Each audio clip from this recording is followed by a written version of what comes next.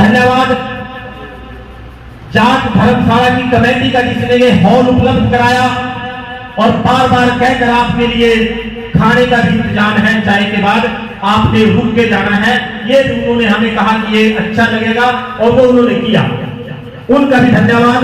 और धन्यवाद उस प्रत्येक मित्र बंधु का जो चाहे जमीन उसके पास जुमला की है, मुश्तरका की है या नहीं, लेकिन खेती और किसानी की और किसान के हक की लड़ाई लड़ने के लिए यहाँ आया।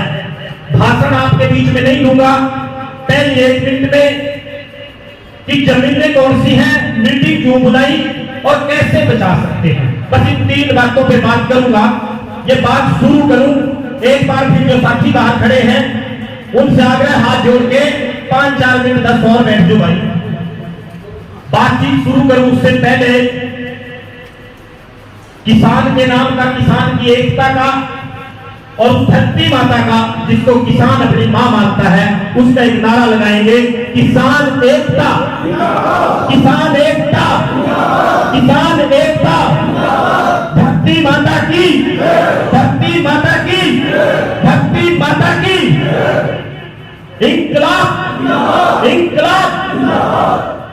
भाई ये कोई लुटी छिपी बात रह नहीं गई कि खेत खलिहान से निकलकर लड़ाई, आपकी धरती जिसको आप मां का दर्जा देता है किसान, वहां तक पहुंच चुकी है।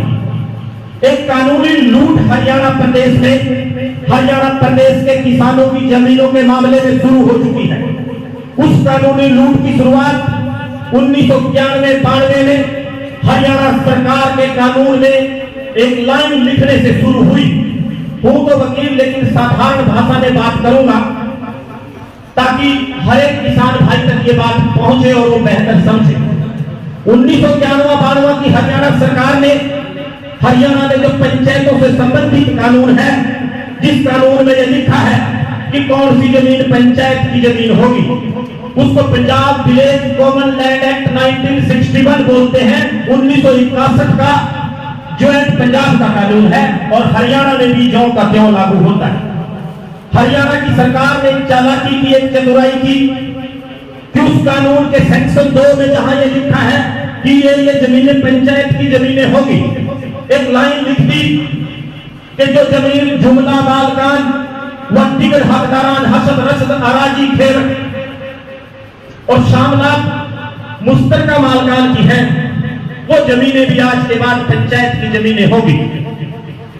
सादिकपुर के हमारे बड़े बैठे हैं, मैं तो इनका धन्यवाद करता हूं। ये जागरूक किसान है। उस समय किसान आंदोलन शायद इस मुकाम पर नहीं था कि हमारे किसानों ने लड़ाई हाई कोर्ट के माध्यम से लड़ने का काम किया और इन जागरूक लोगों ने, धन्यवाद इनका, हर एक किसान को करना चाहिए। 17 साल की वकालत है। अगर पंचायत के खिलाफ, सरकार के खिलाफ कोई केस लड़ा जाता है तो वकील के पास केवल एक ढाल होती है, जय Singh versus state of Haryana, वो इनकी देन है। लेकिन वो फैसला सरकार को चुभता था, दर्द होता था कि ये ढाल बढ़ गया फैसला ये जमीन लेने के रास्ते में। और किया क्या, सरकार सुप्रीम कोर्ट के उस फैसले के खिलाफ चली गई और सुप्रीम कोर्ट का फैसला एक बार फिर किसानों के खिलाफ आ गया। और किन हालातों में आ गया, सुप्रीम कोर्ट ने कहा कि इस देश के संविधान के तहत इस देश में 3 ताकतें काम करती हैं। पहली, विधानसभा जहां आप चुनकर एमएलए और विधायक भेजते हैं। दूसरी, पुलिस और प्रशासन, डीसी एसडीएम, जो उस विधानसभा के बनाए कानून को लागू करने का काम करते हैं। और तीसरी, न्यायपालिका, हाई कोर्ट, जिला अदालतें और सुप्रीम कोर्ट, वो ये देखते हैं कि इस कानून को लागू करने के मामले में कोई भेदभाव, कोई अन्याय, अत्याचार तो नहीं हो रहा। और यही सुप्रीम कोर्ट ने कह दिया कि विधानसभा ने कानून बनाया, हम क्या करें, लागू उन्होंने करना है। और फैसला जो जैसी वर्सेस स्टेट ऑफ हरियाणा का था उसको बदल दिया। वो जागरूक किसान, एक बार फिर कहूंगा, साजिदपुर के यहां बैठे हैं, सुप्रीम कोर्ट दोबारा चले गए, रिव्यू पिटीशन डाल दी, लेकिन एक हक से कह सकता हूं कि छोटा सा रास्ता रिव्यू पिटीशन का होता है। कोई कानूनी गलती हो गई हो, कोई ऐसा तथ्य जो बहुत महत्वपूर्ण हो, पीछे रह गया हो, उसको कंसीडर करना होता है। बहुत बड़ी आस रिव्यू पिटीशन से नहीं होती। अब दोबारा बात घूम कर वही आती है कि न्यायालय ने कहा कि मेरा काम यह देखना है कि कानून सही मायने में लागू हो रहा है या नहीं। सुप्रीम कोर्ट के फैसले के बाद हरियाणा सरकार ने पत्र 21 जून को जारी कर दिया। सभी डीसी के माध्यम से फाइनेंशियल कमिश्नर हरियाणा ने और यह लिख दिया कि जुमला और मुश्तरका की जो जमीनें हैं सुप्रीम कोर्ट के फैसले के मद्देनजर इनके इंतकाल पंचायतों के नाम बदल दो। कौन सी पंचायतों के नाम? जो 2 साल से हरियाणा में काम नहीं कर रही, जिनको कोई ना कोई कानूनी अड़चन कोर्ट का बहाना बनाकर सरकार खत्म कर देती है। और अब सीधा ये हुआ कि वो जमीन सरकार के पास, सरकार के कब्जे में चली गई, जब पंचायत सरकार के कब्जे में है। उस लेटर को लेकर आपके एरिया के भी कुछ और पूरे हरियाणा के किसान एक बार फिर हाई कोर्ट चले गए और एक भ्रम और संशय की स्थिति पैदा हो गई कि हाई कोर्ट ने उस मामले को स्टे कर दिया। अब मैंने जैसे पहले बताया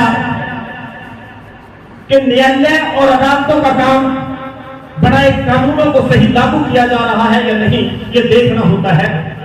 और उस फैसले में हाई कोर्ट ने केवल इतना कहा, हरियाणा सरकार से पूछा कि आपने ये पत्र जारी किया, इन जमीनों के इंतकाल तोड़ने की आप तैयारी कर रहे हो। उन्होंने कहा कि पत्र तो जारी किया। उन्होंने पूछा कि किसी जमीन का इंतकाल अगर और रजिस्ट्री अगर हो जाए तो उसको कानून में तोड़ने का तरीका क्या है। तहसीलदार इंतकाल करता है, अपील एसडीएम के पास, कलेक्टर के पास चलती है, फाइनेंशियल कमिश्नर के वो प्रक्रिया चलती है।